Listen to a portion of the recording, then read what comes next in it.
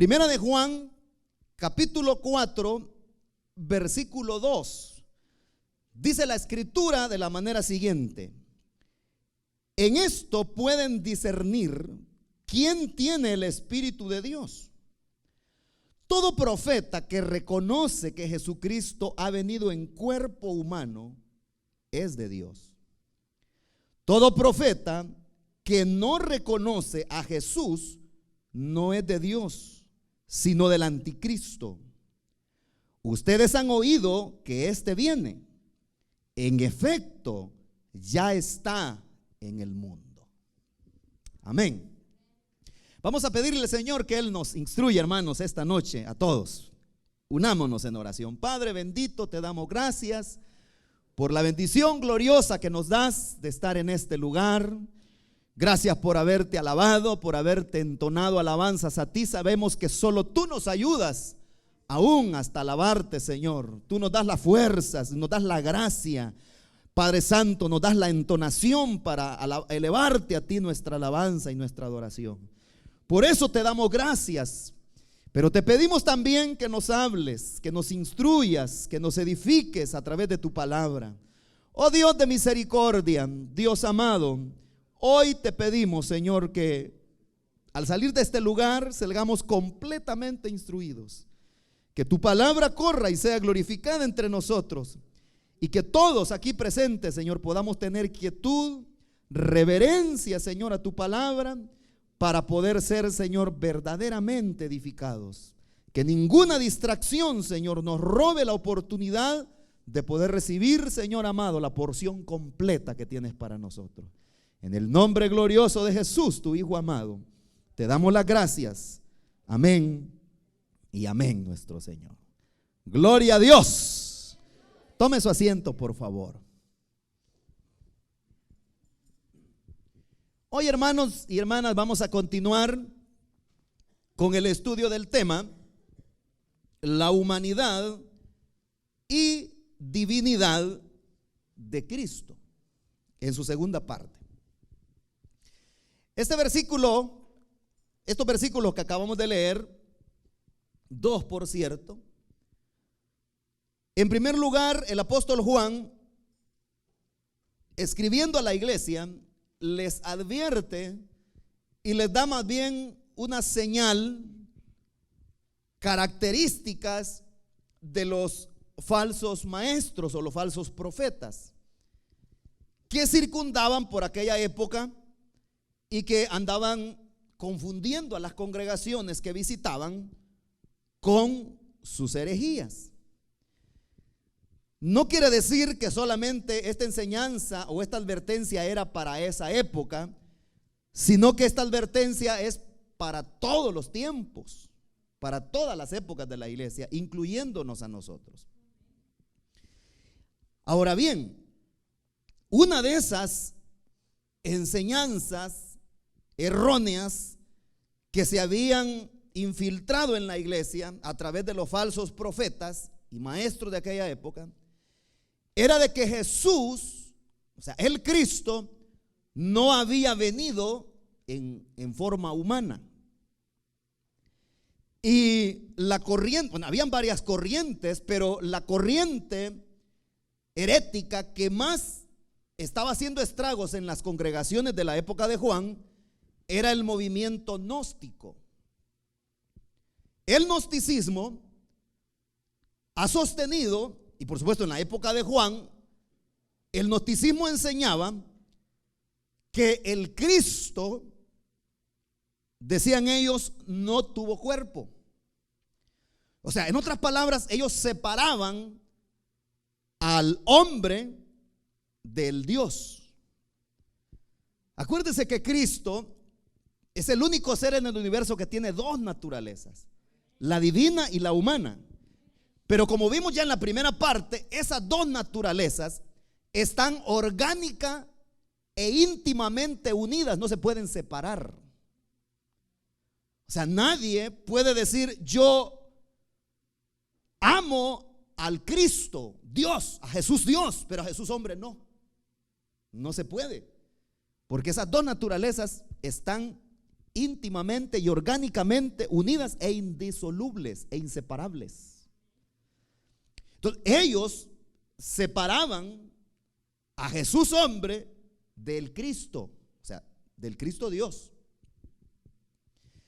Ellos decían también que a ellos le llamaban, a esa parte divina de Jesús le llamaban el eón divino, decían ellos.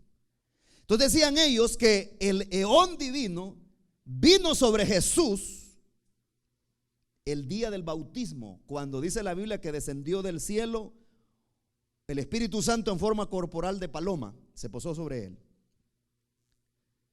Dicen ellos, ahí fue que vino, dicen, la naturaleza divina sobre Jesús hombre, y anduvo con él mientras anduvo haciendo sus milagros y su ministerio. Pero, dicen ellos, oiga bien, pero, dicen ellos, se separó de Jesús hombre antes de morir, dicen. Ahí está la trampa. Por eso Juan aquí dice, en esto pueden discernir o conocer, más bien, en otras palabras, dice Juan, ¿quién tiene el Espíritu de Dios? Advirtiéndole a la iglesia, todo profeta, la Reina Valera dice todo espíritu, pero como los espíritus no tienen cuerpo, sino que usan un cuerpo para poder manifestarse, dice todo profeta que reconoce que Jesucristo ha venido en cuerpo humano es de Dios, dice Juan. Fíjense, hermanos, cómo era de peligrosa, y es peligrosa esa enseñanza, porque entonces, o sea, es una enseñanza diabólica.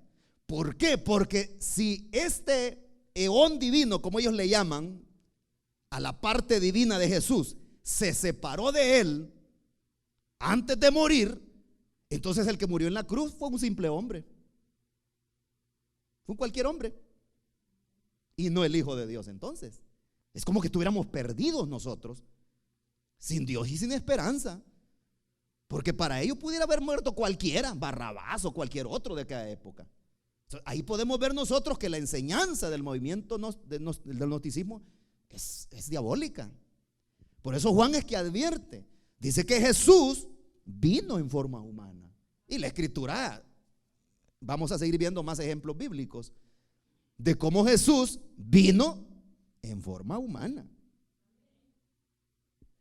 Entonces por eso Juan dice que el que reconoce que Jesús vino en forma humana, que nació de una virgen, como dice el credo apostólico, que fue concebido por obra del Espíritu Santo, es cierto, pero que, como dice Juan, lo que palparon nuestras manos, dice Juan, lo que vieron nuestros ojos, dice, tocante al verbo de vida, eso les anunciamos, dice. Pero oiga lo que Juan dice, dice que sus ojos lo vieron, o sea, no era un fantasma Jesús. Dice que lo palparon sus manos, si no se recostaba en el pecho del maestro él, pues, es porque tuvo contacto físico con él. Entonces Juan dice, no era un fantasma, no fue que un ilusionismo, no, él vino como un hombre común y corriente. Pero eso no menoscaba que él también es Dios. Entonces no se pueden separar las dos naturalezas, no se pueden dividir. No se pueden dividir. Entonces eso es lo que Juan está diciendo ahí. Y el versículo 3 dice, todo profeta que no reconoce a Jesús, está de más decir, que es lo que Juan quiere decir, que no que reconoce que Jesús vino en forma humana, dice Juan, no es de Dios, sino del anticristo, dice. Ese detalle es bien interesante porque dice Juan, es del anticristo, porque ¿quién es el único que está interesado en que la obra de redención no se hubiese efectuado? Satanás. ¿Por qué cree usted que el Señor tuvo que reprender a Pedro cuando le dijo, apártate de mí? Satanás, me eres estorbo, le dijo. Cuando dice la Biblia que el Señor les estaba diciendo que lo iban a arrestar, que él iba a padecer muchísimo y hasta lo iban a matar. Y Pedro le dijo, maestro, en ningún momento te acontezca eso. Y saca la espada, aquí estoy para defenderte. Y dice la Biblia que el Señor le dice esas palabras, apártate de mí, Satanás, me eres estorbo. ¿Por qué? No era Pedro el que estaba hablando ahí, era Satanás que estaba influenciando a Pedro para que persuadiera a Jesús que no fuera a la cruz. Porque Satanás presentía que si Jesús iba a la cruz, moría, los beneficiados íbamos a ser nosotros. Y las presas que él tenía bajo sus pies como esclavos, que éramos nosotros, íbamos a ser libres. Entonces, el único interesado en que la redención y la obra de salvadora en las personas no se efectúe es Satanás. Por eso es que Satanás hasta hoy en día todavía sigue perturbando a la gente cuando oyen el evangelio y escuchan el llamado de la salvación a no acudir. Y Satanás pone una serie de cosas y pensamientos contrarios en la gente cuando oye el evangelio, porque a él no le interesa. Satanás está interesado más bien que la gente no sepa nada del evangelio, que no conozca la verdad. Así es. Mira, hay testimonios, hermanos, de personas que han oído el mensaje del evangelio y mientras están oyendo la predicación hay un conflicto en su mente y después lo testifican ellos después que se entregan al Señor, y que aun cuando están deseosos de levantarse y pasar al frente para que se ore por ellos y pedir perdón al Señor por sus pecados, ellos dicen: yo sentía como algo que me alaba la silla y no me dejaba levantarme. Satanás, el enemigo. Por eso aquí dice Juan: eso no es de Dios, dice, sino del anticristo. La misma palabra anticristo habla acerca de que está en contra de Cristo, de la obra de Cristo. Y Juan dice ahí: ustedes saben, ustedes han oído que el anticristo viene. En efecto, ya está en el mundo. Está hablando acerca del misterio de la iniquidad, como dice el apóstol Pablo a los tesalonicenses, que ya está en el mundo, solamente que no se ha manifestado aún. Bueno, explicando ya esos versículos que Juan nos ha dejado ahí, ahora vamos a continuar estudiando este tema: la humanidad de Jesucristo, que hemos venido estudiando. Estamos estudiando la parte humana de Jesús. Y vale la pena considerar ese versículo que hemos tratado ya, porque ahí Juan está defendiendo el hecho de que Jesús vino en forma humana. Él era hombre completamente. Ahora bien, ¿qué encontramos en la Biblia acerca de Jesús como pruebas de que Él vino como un hombre? En primer lugar, para comenzar, podemos ver de que Jesucristo tiene linaje humano. Es cierto que Él no tuvo descendencia, no tuvo hijos, como dice Isaías en el capítulo 53, que fue cortado, fue arrancado, así como se arranca una planta. Y si se arranca esa planta, no hay la posibilidad de que esa planta vuelva a nacer, es nula, porque se arrancó de raíz. Dice Isaías que así a Jesucristo se le arrancó de raíz y no hubo descendencia, algo que era vergonzoso para los judíos, que un hombre no engendrara hijos, como cuando una mujer no podía dar a luz, era tenido como maldición en aquella época. Entonces dice que no tuvo descendencia en cuanto a lo humano, pero sí tuvo ascendencia. O sea, él era ascendiente de seres humanos. Y por eso aquí vemos lo que dice Lucas 1:31.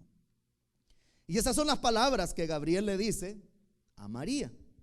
Le dice: quedarás encinta y darás a luz un hijo y le pondrás por nombre Jesús. Las palabras son bien sencillas, pero ahí podemos ver de que Jesús no apareció simplemente ahí ya de grande y de repente apareció por ahí. No, Él vino a nacer como nace cualquier ser humano. Nació de una mujer. Esa mujer estuvo embarazada por 9 meses y después dio a luz como nace cualquier bebé. Y nació en condiciones más precarias de las que nace cualquier niño hoy en día, porque usted ya conoce la historia, ¿verdad? Que nació en un pesebre, que no había ni dónde cubrirlo de las moscas y de los mosquitos, o sea, en una situación precaria. Pero el punto es este, de que Él vino a nacer como nace cualquier persona. Y por eso ahí le dijo el ángel: vas a quedar encinta, como cualquier niño que primero es concebido. Que el hecho de que Jesús, lo diferente de Jesús es que Él no fue concebido por obra humana, sino por obra del Espíritu Santo. Pero María estuvo embarazada 9 meses, reglamentarios, como cualquier mujer. ¿Qué más? En Gálatas 4:4 Pablo también habla acerca de ese aspecto. Dice: pero cuando se cumplió el plazo, dice, Dios envió a su Hijo, nacido de una mujer, nacido bajo la ley, dice Pablo. Ahí Pablo da dos aspectos que son esenciales. Dice que en primer lugar, cuando se cumplió el plazo, Dios lo que hace es que mandó a su Hijo. ¿Cuál plazo? El plazo de Dios, el tiempo de Dios. Muchos profetas hubieran querido que Jesús naciese durante ellos vivían, como por ejemplo Isaías, que habló tanto acerca del Mesías, pero él no lo conoció en persona. Fue más de 700 años después que Isaías muere prácticamente que el Cristo viene a nacer en Belén. Pero resulta que como no era el plazo de los hombres, sino el plazo de Dios. Y llegó el momento cuando el tiempo de Dios, el kairós de Dios se cumple y Él envía a su Hijo. ¿Cómo vino a nacer? Dice Pablo que vino a nacer de una mujer. O sea, como cualquier otro ser humano. Vino a nacer de una mujer. Y no nació en condiciones superiores a los que nacían en aquella época. Nació bajo la ley. Todos los ritos que la ley de Moisés pedía que se le hiciera a los recién nacidos, a Jesús se lo hicieron. Una de las cosas que pedía la ley de Moisés es que a los niños se les circuncidara al 8º día de nacidos. A Jesús lo circuncidaron. Pedían de que las mujeres se purificaran después del parto, porque según la ley quedaban inmundas. María lo hizo. Todo. Cuando habían que ser empadronados, iban a Jerusalén y Jesús iba, porque la ley lo mandaba. Había que ir a celebrar las fiestas de las enramadas, porque la ley lo pedía. Jesús iba. Que había que ir a adorar a Jerusalén, Jesús iba, porque la ley lo mandaba. Había que celebrar la Pascua, Jesús la celebraba, porque la ley lo mandaba. O sea, él no tuvo preferencias, digamos, o para él más bien no hubieron preferencias de porque iba a ser el Mesías o era el Mesías, él no iba a cumplir con las ordenanzas de la ley. No, todo lo cumplió. Él vino a cumplir la ley. Por eso Pablo dice que en primer lugar fue nacido de mujer, pero también nació bajo la ley, como cualquier ser humano, pues, en otras palabras. Otra característica que nos muestra que Jesús vino como hombre al mundo es que en la Biblia nosotros encontramos que Jesús mismo declaró que él era tripartito.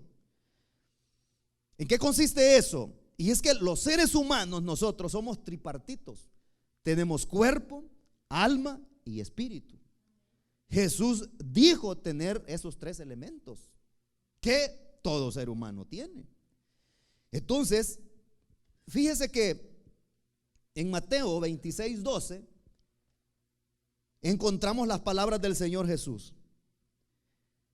Dice: al derramar ella este perfume sobre mi cuerpo, lo hizo a fin de prepararme para la sepultura. Ahí en primer lugar encontramos, esto sucedió en Betania, cuando Jesús estaba en la casa de un hombre llamado Lázaro el leproso.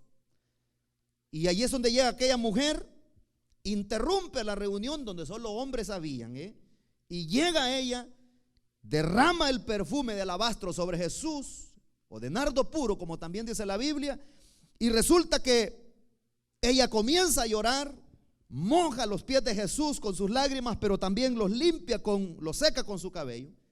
Y dice la Biblia que comenzaron toda la gente o todos los hombres que estaban ahí a criticar. Y en cuenta hasta los discípulos del Señor. Y el primero que comenzó a criticar fue el anfitrión, el que había invitado a Jesús a comer. Y resulta que este hombre, Simón el leproso, dijo: si este fuera profeta, dijo, supiera quién es el que está, quién es esa mujerzuela. Y entonces viene Jesús, y como él lo sabe todo, le saca una leyenda, una historia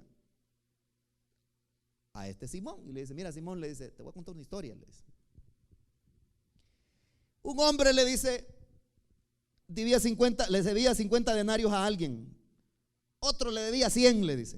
O sea, la cantidad era mayor. Pero a los dos les perdonó la deuda, le dice. ¿Quién crees tú que está más agradecido con el acreedor? Le dice. El que le perdonó más, le dice, porque le debía más. 100, 500, lo que sea. Le dice el Señor, bien ha respondido, le dijo el Señor. Mira, le dijo, entré aquí a tu casa, le dijo, y ni siquiera me lavaste los pies, le dice. Que era una costumbre en aquella época.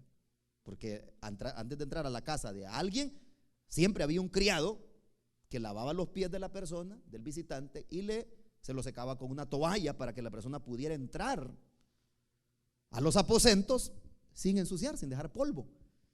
Otra costumbre era que le derramaban aceite en la cabeza al visitante para que se refrescara. Imagínense en esos calores desérticos del Medio Oriente, hermano.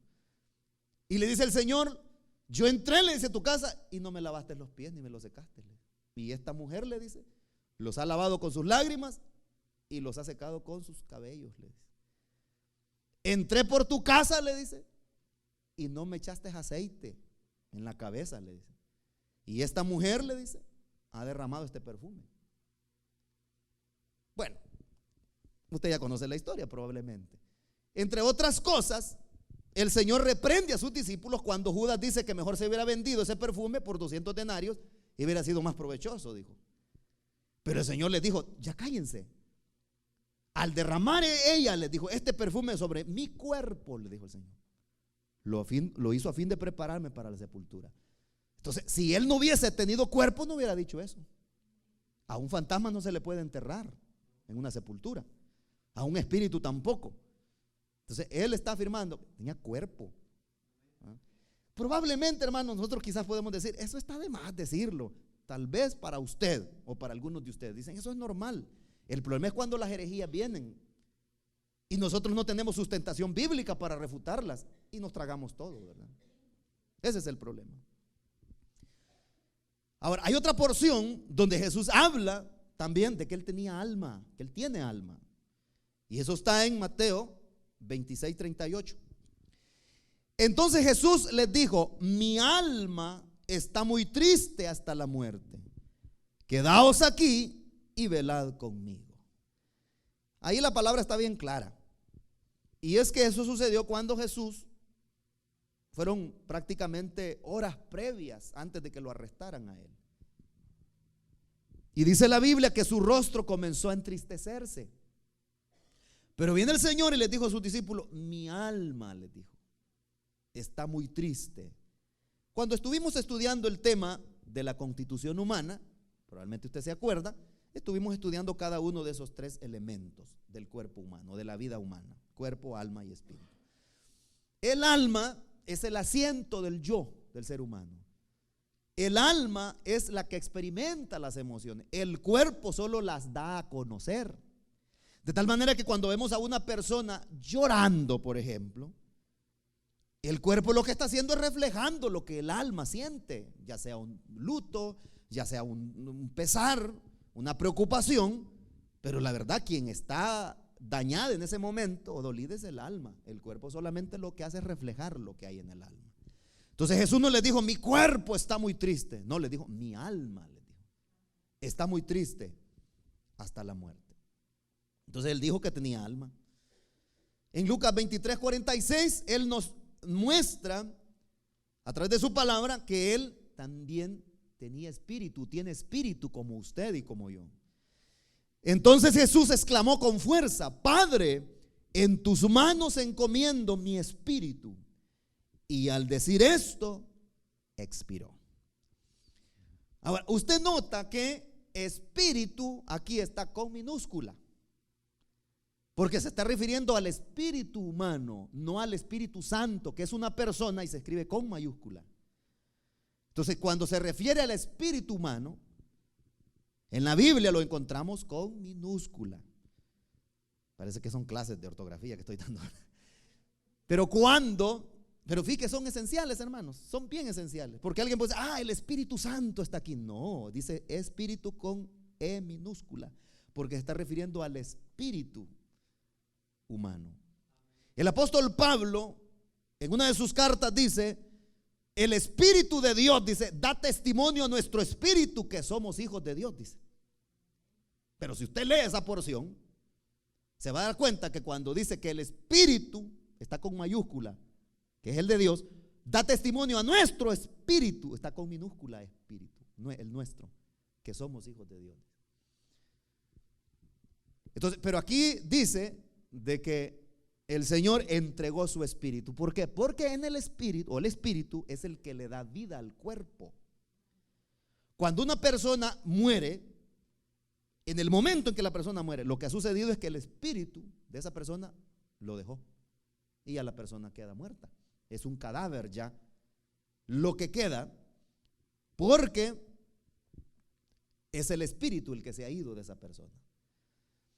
Y por eso dice la Biblia que el Señor entregó su espíritu, porque la Biblia también dice que el espíritu vuelve a Dios quien lo dio, independientemente si esa persona fue impía, fue incrédula o fue cristiana. El espíritu de esa persona cuando muere va a Dios. El espíritu, no vaya a confundir con el espíritu con el alma, porque es muy distinto. Ahora, otra cosa que podemos ver en las escrituras, hermanos, es que al ver a Jesús no parecía un fantasma, no parecía un extraterrestre, como dice la gente, no parecía un alien, como dicen también por ahí, sino que al verlo, el aspecto que tenía, el aspecto de un hombre.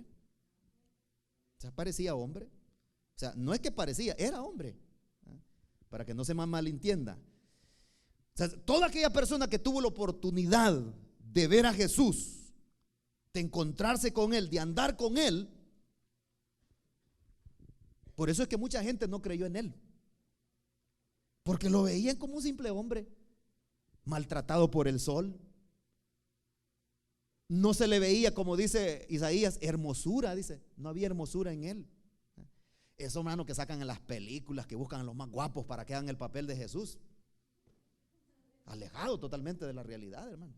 Por eso es que las producciones cinematográficas a mí me importan un pepino, porque aquí está la revelación del Señor. Sí, porque hay personas que ya salió la última película sobre Jesús y van corriendo a dejar a la taquilla su dinerito. Lea la Biblia mejor, hombre, y pídale al Espíritu Santo que le revele al Señor Jesús. Es mejor. Sí, es mejor. Eso son puras mentiras, hermano. Gente impía que hace papeles de Jesús que ni siquiera han leído la Biblia ni una vez, y ni siquiera se han convertido y están haciendo el papel de Jesús en la película. Hágame el favor. Entonces, los que tuvieron la oportunidad de ver a Jesús, lo vieron hombre. Sí, por eso es que los discípulos, miren, hermano, es que si nosotros leemos con detenimiento la Biblia, nos vamos a dar cuenta que hasta los discípulos, hermanos, dice cuando iban atravesando el mar de Galilea y se levantó la tempestad, ya usted ha leído la historia que está en los evangelios, pero dice la Biblia que despertaron a Jesús y le dijeron: mira, no tienes cuidado, o sea, te vas a ahogar dormido. Nosotros por lo menos vamos despiertos y vamos a hacer el ánimo de ver cómo salimos de aquí del lago, pero tú dormido te vas a morir, ni cuenta te vas a dar. Que es algo que muchas veces nosotros pensamos de que es que los discípulos están pidiéndole auxilio al Señor, no le estaban alertando para que se preparara, por si acaso se hundían. Entonces la Biblia dice que el Señor se levanta, reprende al mar, al viento, y se cayó la tempestad, se calmó. Y dicen ellos: ¿y quién es este? Dijeron, que hasta el viento y el mar le obedecen. ¿Qué le da a entender esas palabras? Que no lo conocían, que ellos lo veían como un maestro más, que andaba con ellos, que hacía milagros, es cierto, pero no sabían que él tenía poder aún contra la naturaleza. Y sí la tiene, ¿eh? ¿Qué dice la Biblia? En Juan 4:9: pero como los judíos no usaban nada en común con los samaritanos, la mujer le respondió: ¿cómo se te ocurre pedirme agua si tú eres judío y yo soy samaritana? Le dijo. ¿Qué es lo que hay detrás de esas palabras de reproche de la samaritana a Jesús? Si ella lo hubiera visto como Dios, ni siquiera le hubiera dicho eso. Si lo hubiera visto como un ángel, esa mujer se hubiera quedado muda y no hubiera dicho nada. Pero como lo vio a él como un hombre común y corriente, hasta le reprochó, hasta le dijo: ¿cómo te atreves? Porque en primer lugar Jesús estaba rompiendo con una costumbre cultural de que los judíos no hablaban con una mujer en público. Hermanos, si algunas regiones de nuestra América Latina son machistas, los judíos son más. Sí, de veras. Y en la época de Jesús más. Por eso los hombres, hermanos, aún hoy en día, si usted ve algunos documentales sobre la cultura judía, se va a dar cuenta que cuando un hombre y una mujer, que son esposos, van caminando, él va como a una legua, hermano, y la mujer viene detrás de él. No van así como nosotros, que de la mano con la esposa, ¿verdad? Bueno, espero que usted lo haga. Bueno, los hermanos que son casados, que platicando con la esposa. No, hermanos, ellos van allá caminando, mire, y ella va detrás ahí queriendo alcanzar. ¿Sabe usted que hay hombres hoy en día así? No le dirigen la palabra a la mujer en público, como que son talibanes. Sí, son extra mega archi machistas. Entonces ella le dijo: ¿cómo te atreves a hablarme? Estamos en una vía pública, en el pozo, hermano, donde llegaba la gente a traer agua. Eso era inconcebible. Pero como Jesús vino a romper las culturas. Y en segundo lugar, los samaritanos y los judíos no se llevaban bien, eran rivales. Entonces eso es lo que la mujer le reprocha. Pero ¿por qué le reprocha a Jesús? Porque ella no lo vio como un Dios, lo vio como un hombre. Por eso en una ocasión Jesús con los judíos platicando, les dijo, miren, les dijo: antes que Abraham fuese, yo soy, les dijo. Eso les cayó como un balde de agua fría a los judíos. Porque para ellos Abraham, hermanos, merece todo respeto, es el padre de ellos en cuanto a la carne. De ahí salió la nación de Israel, él es el patriarca. Y viene Jesús, que para ellos era un hombre atrevido, y les dice: antes que Abraham naciera, les dice el Señor, yo ya soy. Pero no les dijo yo era, yo soy, les dijo. Porque esa palabra está hablando del eterno presente de Dios. Dice yo soy, les dijo. Entonces vienen los judíos y le dicen: ni a los 50 años llegas, le dijeron en Juan 8:57. ¿Y has visto a Abraham?, le dijeron. Pero ¿por qué ellos le reprocharon también a Jesús esa expresión? Porque ellos lo vieron como un hombre. Le dijeron: ni a los 50 años llegas, y Jesús murió a los 33 años y medio. 3 años y medio de ministerio. Él fue bautizado a los 30 años. O sea, era relativamente joven para decir que había conocido a Abraham. O sea, en lo humano, como ellos veían a Jesús simplemente como un humano, sí era imposible. Pero Jesús les estaba hablando de su aspecto divino, que él siempre ha existido. Otra característica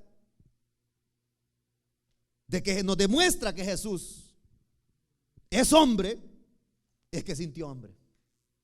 Es un ser humano. Los espíritus no tienen hambre, a los fantasmas no les da hambre, pero a un ser humano sí le da hambre. Y por eso ahí en Mateo 21:18 se nos muestra uno de esos detalles y de esos episodios de Jesús. Dice: muy de mañana, cuando volvía a la ciudad, tuvo hambre, dice. Así como él se acercó a la mujer samaritana para pedirle agua, era porque tenía sed. Es obvio. Imagínense que le dame agua y la mujer se lo da, pues la tira por ahí en el polvo. No, es que tenía sed, ¿eh? Pero también sintió hambre y comió, y bastante comía. Sí, hermanos, de veras. Ustedes les dijo a los judíos, ustedes le dice, cuando vino Juan, le decían: este ni come, este Juan es raro. Viene el Hijo del Hombre, les dijo, o sea, hablando de él, y come y bebe, y dicen: este es un comelón, este es un bebedor. Es porque comían, y bastante, ¿eh? Hermanos, fíjense que lo que sucede es de que la religiosidad en el mundo nos ha llevado a pensar solamente en el aspecto divino de Jesús. Y eso es muy peligroso, porque debe haber un equilibrio. O sea, no se pueden resaltar solamente los aspectos humanos de Jesús y dejar a un lado su divinidad. Pero tampoco no se debe solamente exaltar su divinidad y su humanidad dejarla descuidada, porque esos dos aspectos están unidos. e indisolublemente, orgánicamente unidos. De tal manera que cuando hay personas religiosas, por supuesto, que oyen de que Jesús sintió hambre, dicen, esa es una blasfemia.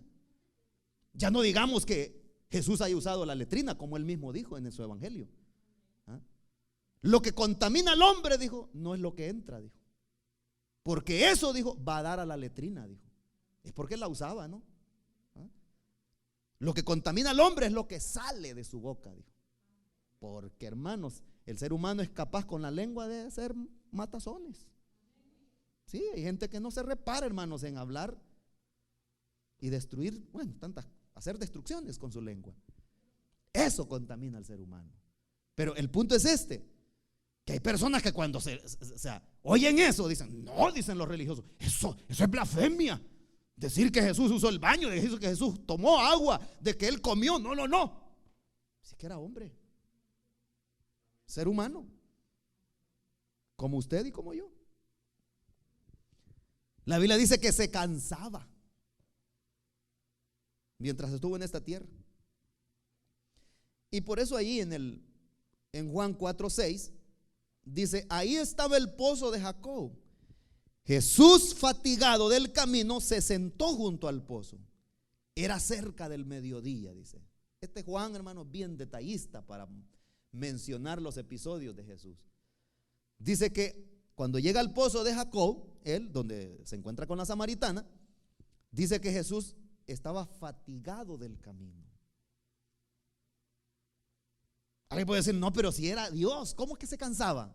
Pues sí, porque era hombre también. Dice que estaba fatigado del camino y se sentó junto al pozo, hermano, que les decía, qué calor, ¿verdad? Como nosotros muchas veces, ¿verdad?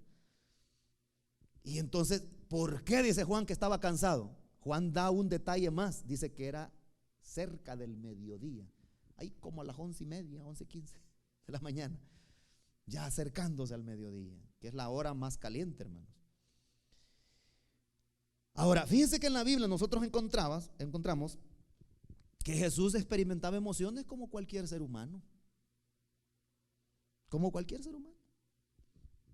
Dice la Biblia que el Señor se entristecía, que Él se enojaba, que Él lloraba, que Él reía. Ese es otro aspecto, hermanos, que yo por tiempos oí, hermanos, durante mi niñez, oí un dicho que se ha popularizado. Dice, Jesús, dice, lloraba tanto, dice, que nunca sonrió, decía. Yo no sé si usted escuchó eso, que Jesús nunca sonrió. Eso es mentira. No dice la Biblia que cuando regresan los discípulos, los mandó de 2 en 2. Y cuando regresan y le dijeron, hasta los demonios se nos sujetan en su nombre, dice la Biblia que el Señor se regocijó, dice. ¿Y qué significa regocijarse? Alegrarse, hombre. Alegrarse. Entonces eso es falso, hermanos, que también la religión se ha inventado eso, de que Jesús era un mal encarado, un amargado, que solo llorando andaba, era un deprimido. Así lo presenta la religión. Pero eso es falso, hermano. ¿Cómo? Dígame usted, ¿cómo a un amargado, a uno con el sueño fruncido, así cara de bravo, se le van a acercar los niños? ¿Verdad que no? No se le acerca. Pero dice la Biblia que los niños se le acercaban a él. Y los discípulos, no molesten al maestro. Déjenlo, les dijo el Señor. Déjenlos. De ellos es el reino de los cielos. Ah, bueno, decían ellos, si el maestro dice, pues. Porque para ellos, para los judíos en el antiguo tiempo, no sé hoy, los niños no eran personas completas. Imagínense. Eran medias personas en proceso de formación. Qué raros, hermanos. Porque un niño es una persona también. Bueno, pero vamos a ver dónde dice la Biblia que Jesús experimentaba emociones. En Marcos 3:5 dice, Jesús se les quedó mirando, enojado y entristecido por la dureza de su corazón, y le dijo al hombre, extiende la mano. La extendió y la mano le quedó restablecida. Cuando Jesús llega al templo, encuentra a un hombre que tenía su mano paralizada. Y viene Jesús y le pregunta a los que estaban ahí, a los judíos: ¿es lícito hacer milagros, hacer el bien en día de reposo? Y ellos se quedan callados mejor. Se quedan callados, lo ignoran. Entonces, eso fue lo que a Jesús le indignó. Dice que se les quedó mirando, así una mirada un poquito abrasadora. Y dice que se les quedó mirando, enojado y entristecido. Dos emociones ahí. Dos emociones. Enojado al ver cómo ellos acérrimamente se le oponían, pero también se entristeció porque lo despreciaban a él, que era su Salvador. Y ahí dice que extendió la mano, le dijo al hombre que extendiera la mano y lo sanó. De ahí dice en Lucas 19:41, cuando se acercaba a Jerusalén, Jesús vio la ciudad y lloró por ella. Dice.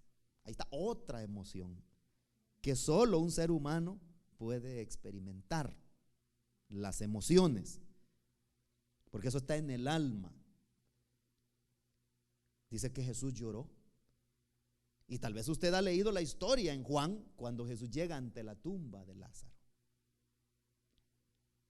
Y dice la Biblia que cuando él le cuentan que hace 4 días atrás Lázaro, que era su amigo, había muerto, dice la Biblia que Jesús lloró, dice Juan. Aunque él sabía de que ya lo iba a resucitar dentro de unos cuantos minutos, pero como él es hombre, él sintió tristeza, sintió pesar, sintió luto por la pérdida de su amigo. Entonces, pero ese detalle es bien interesante, hermanos. Ya creo que estuvimos tocando ese aspecto la semana pasada, pero no fue aquí, parece que fue en el sepelio del hermano que falleció, parece que ahí toqué ese aspecto. Perdonen si me confundí, pero el punto es este: ¿por qué Jesús lloró, como dijo alguien, o han dicho varias personas, si él sabía que ya pronto lo iba a resucitar a Lázaro? Y él le dice: no, hombre, cállense, hombre, ¿qué están chillando? Ya va a salir Lázaro. No, porque en primer lugar, él sintió pesar y sintió dolor, porque experimentaba emociones como cualquier ser humano. Segundo, él sintió dolor al ver a la raza humana que es incapaz de poder sobreponerse al fenómeno de la muerte. O sea, mire, hermano, esa es la compasión del Señor. En eso consiste la benevolencia del Señor, en que Él nos ve inútiles, que Él sabe de que sin Él, como Él dijo, sin mí nada podéis hacer, dijo. Hermano, nosotros no podemos nada. No podemos enfrentarnos ni al enemigo sin su ayuda, ni a los demonios, ni a la muerte. Solo con su ayuda es que nosotros somos alguien. Solo así. Entonces, al ver al ser humano tan desprovisto, al ver al ser humano tan infeliz, eso fue lo que más le movió al Señor, hermanos, enviar a su Hijo, porque sin Él estábamos perdidos. Pero Él experimentó emociones. Ahora, por eso le acabo de decir que a la luz de las Escrituras queda descartada la teoría que enseña de que Jesús no fue completamente hombre, o que su presentación, como enseñan algunos, tan solo fue una actuación, porque esa es otra corriente, fíjense, que enseñan, una corriente falsa, por ejemplo, por supuesto, que enseña de que Jesús solo estuvo actuando y que Él no murió, sino que simplemente se desmayó, dicen algunos. Pero no, hermanos, esa es una teoría errónea, es una herejía, eso. Porque Él es completamente hombre y es completamente Dios. Miren, hermanos, perdone que redunde en esto, pero eso es lo más bonito de lo que nos muestra la Escritura, de que nosotros, como dice el escritor a los Hebreos, tenemos a un sumo sacerdote que se compadece de nosotros. porque sabe lo que usted y yo sentimos. ¿Sabe? Usted dice, no, nadie sabe mi dolor, dicen algunos.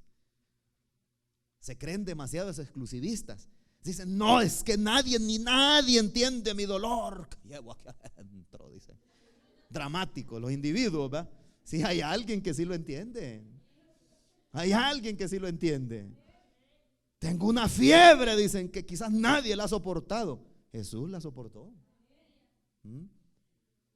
Dicen, yo siento que estoy descendiendo, dicen, ya al abismo, dicen, y que nadie lo ha pasado. Jesús descendió al abismo. Sí, hermanos. Entonces, esa es la bendición, porque sabemos de que Él nos entiende. El dolor, el pesar que podamos estar atravesando, Él lo sabe. Él lo sabe, porque Él es completamente hombre. Es aquí donde vamos ya a entrar, no completamente, pero vamos a avanzar un poco, ya así despacio, sutilmente vamos entrando ya a su naturaleza divina, a su deidad, que es la naturaleza de Dios, porque Él no solamente presentó, mientras su ministerio en esta tierra, las características humanas, sino que también presentó las características de Dios. Él presentó credenciales de ser Dios.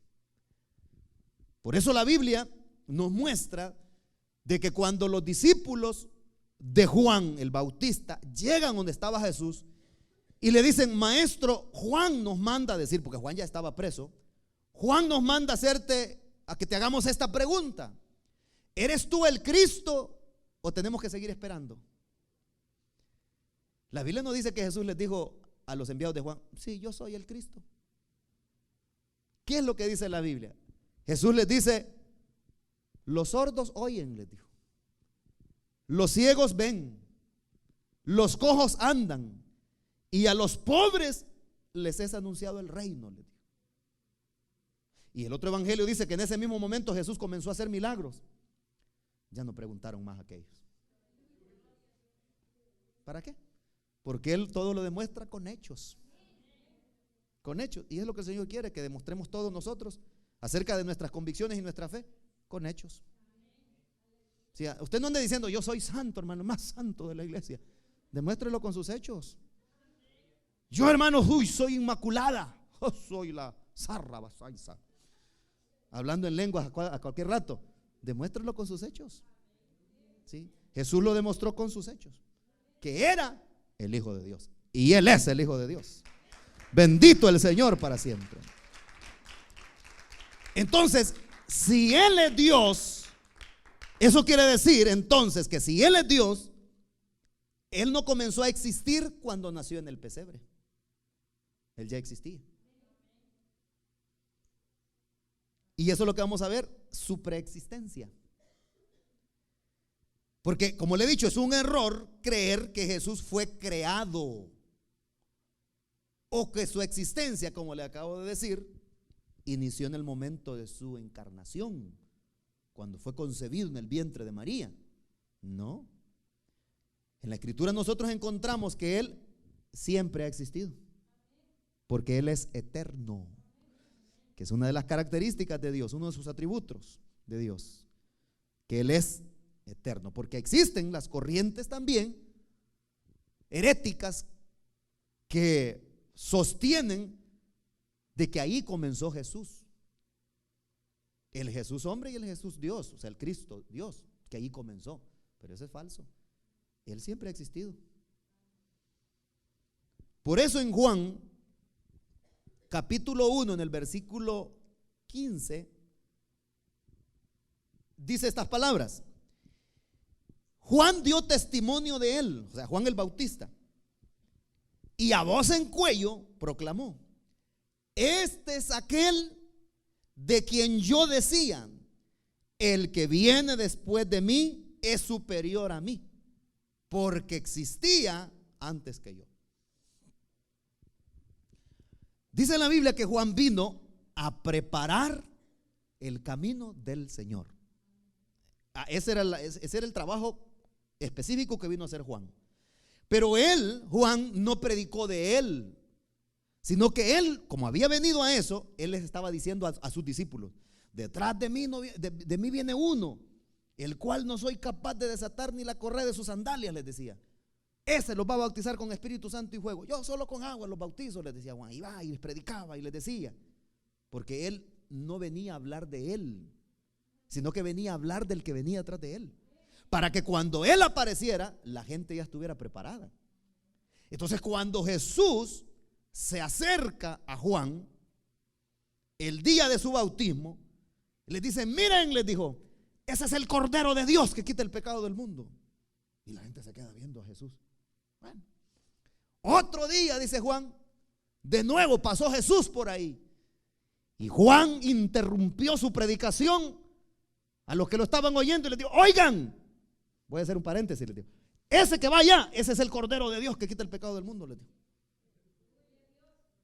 Ese hombre sí que no le robó la gloria al Señor.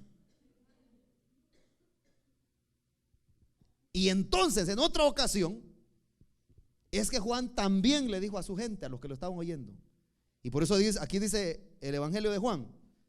Juan, dice, dio testimonio de él a voz en cuello, o sea, con toda certeza, con toda seguridad, sin titubear, sin cavilear, sin tener ninguna duda. Y les dijo: les dijo cuando vio al Señor llegando, de este es que yo les he venido predicando todo este tiempo. Miren, les dijo, de él es que yo les he venido hablando. Este es aquel de quien yo les decía: el que viene después de mí es superior a mí. ¿Pero por qué es superior a mí?, les dijo Juan. Porque él existe antes que yo existiera, les dijo. Antes que yo existiera. Y no se puede decir que Juan se estaba refiriendo en lo humano, porque Juan el Bautista es mayor 6 meses que Jesús. Cuando llega el ángel donde María, le dice: mira, y tu prima Elizabeth, le dice, hoy 6 meses que ya está embarazada. María no se daba cuenta. Exactamente 6 meses antes que Jesús comenzara su ministerio, comenzó su ministerio Juan. El ministerio de Juan solamente duró 6 meses. 6 meses duró nomás el ministerio de Juan. Porque a los 6 meses Jesús aparece, Juan es escarcelado y le vuelan la cabeza. Pero hizo bien el trabajo Juan, ¿no? Bien hizo el trabajo, porque no le robó la gloria a Cristo, sino que lo que hizo fue que la gente se fuera para donde él. Y cuando llegaban las personas a quererle poner celo a Juan el Bautista: miren, aquel que bautizaste el otro día, resulta que ya te ganó. Y ahora tiene más discípulos que tú. Vieras qué iglesiota tiene. Y tú, mira, te has quedado solo. Así es, les dijo Juan. Es que eso es lo que yo quiero. Es que así tiene que ser, les dijo. Es necesario que él crezca y yo mengüe y desaparezca. Ese es el anhelo y ese debe ser el deseo de todo creyente. Que esta carne mañosa se muera y que Cristo sea reflejado en nuestra vida. Eso es lo que nosotros menguemos, pero que él crezca. Y que la gente no nos vea a nosotros, sino que vea a Cristo a través de nosotros. Ahora bien, en Primera de Juan 1:2 dice estas palabras: esta vida se manifestó, nosotros la hemos visto, damos testimonio de ella y les anunciamos a ustedes la vida eterna que estaba con él y que se nos ha manifestado. Miren lo que dice el apóstol Juan ahí en su primera carta. Dice que la vida, porque Jesucristo es vida, es la vida, pero la vida no se ve. O sea, no se puede tocar la vida. Es como el aire, usted no lo puede tocar, usted solo lo siente nomás. Pero no se puede tocar, o sea, no se puede palpar. ¿Qué sucede? Dice, esta vida se manifestó, se hizo carne, dice el apóstol. Nosotros la hemos visto, dice. Cuando dice nosotros, está refiriendo a los que anduvieron con Jesús, tuvieron la oportunidad de verlo personalmente. Y damos testimonio de ella. O sea, Juan decía, a mí no me da vergüenza y a mí no me da miedo decir que yo conocí a Jesús, que yo lo vi, que yo vi la vida en persona. Y les anunciamos a ustedes, decía, la vida eterna que estaba con el Padre y que se nos ha manifestado. Una porción más que está en Juan 8:58, perdón. Y dice el Señor estas palabras, de las cuales le hice alusión hace un momento. Ciertamente, les dijo el Señor, les aseguro, les dijo a los judíos, antes que Abraham naciera, yo soy, les dijo. Eso fue lo que a ellos como que les jalaron los pelos de la cabeza a ellos, ¿verdad? Cuando el Señor les dijo eso. Antes que Abraham naciese, oiga bien, dijeron, este es un atrevido. O sea, si él es nuestro padre, Abraham, que vivió hace siglos y este ni siquiera tiene 50 años y dice que ya existía antes que Abraham naciera. ¿Cómo es eso?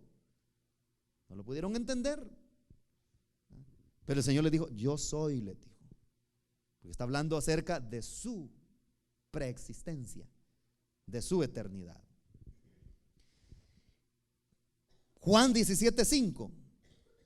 Y ahora, Padre, les dice el Señor en su oración al Padre, glorifícame en tu presencia con la gloria que tuve contigo antes que el mundo existiera, le dijo.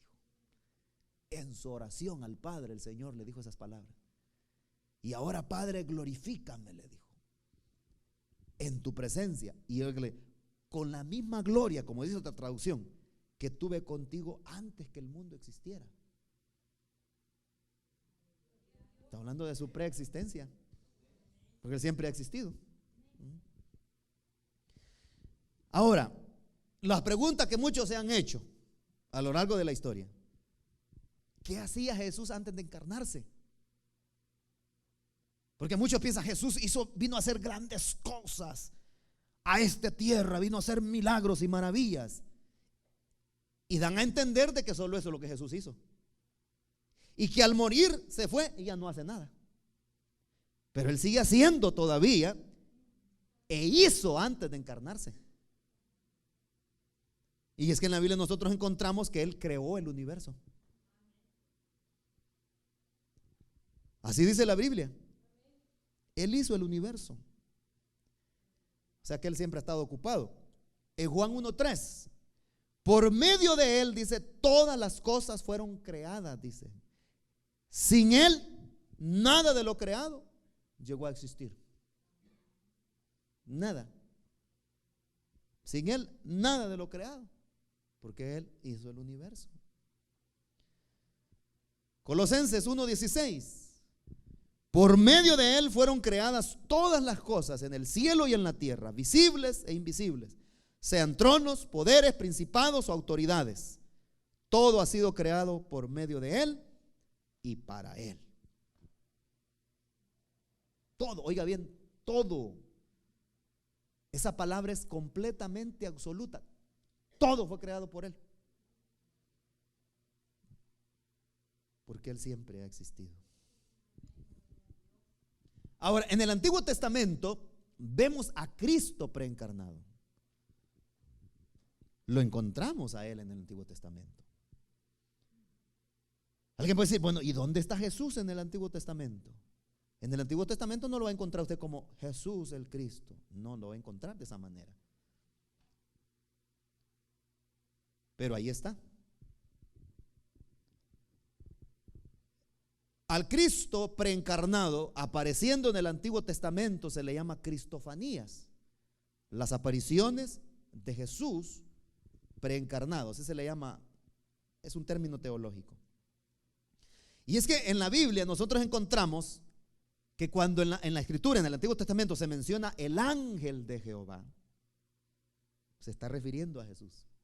Y es que no siempre cuando se menciona el ángel de Jehová en el Antiguo Testamento se está refiriendo a Cristo. Habría que ver de qué habla, habría que ver el contexto, más bien. Porque si nosotros vamos a decir, aquí está el ángel de Jehová, bueno, ese era Cristo. No, veamos qué dice el contexto de esa escritura. Porque una de las características de cuando se menciona el ángel de Jehová y es el Cristo preencarnado, vemos la propiedad con que él hablaba. Cuando Gabriel llega donde María, no se presenta como Jesús, era el ángel de Jehová, pero él dice claramente que él es enviado por el Señor para darle el anuncio. O sea, él solamente es mensajero. Pero cuando es Jesús en el Antiguo Testamento que aparece, Él habla con propiedad.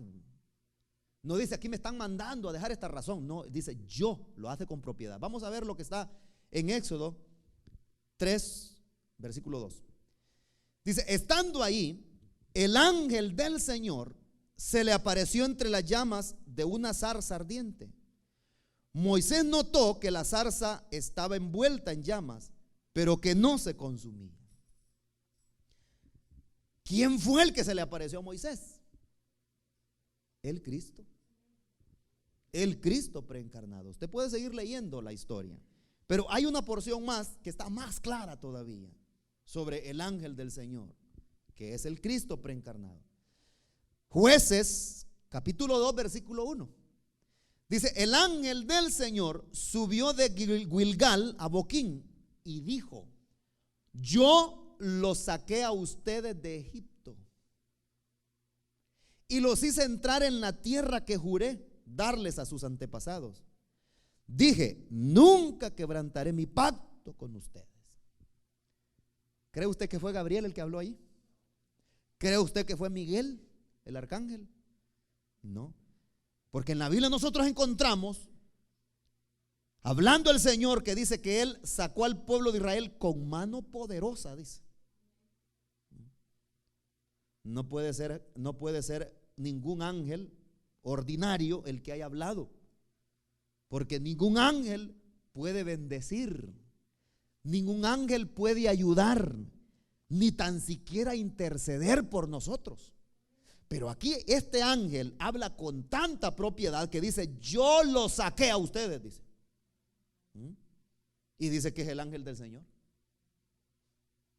el Cristo preencarnado, hablando ahí.